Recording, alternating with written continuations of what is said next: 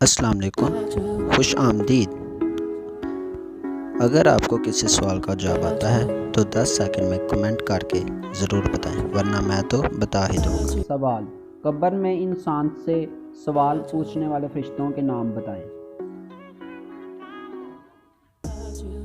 منکر نکیر۔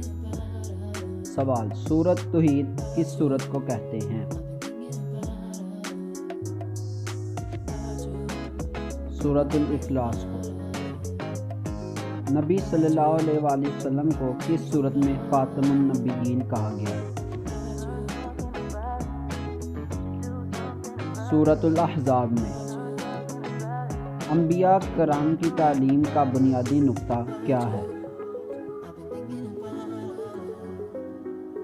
توحید۔ عقیدہ کی مثال کس چیز کی مانند ہے؟ بیج۔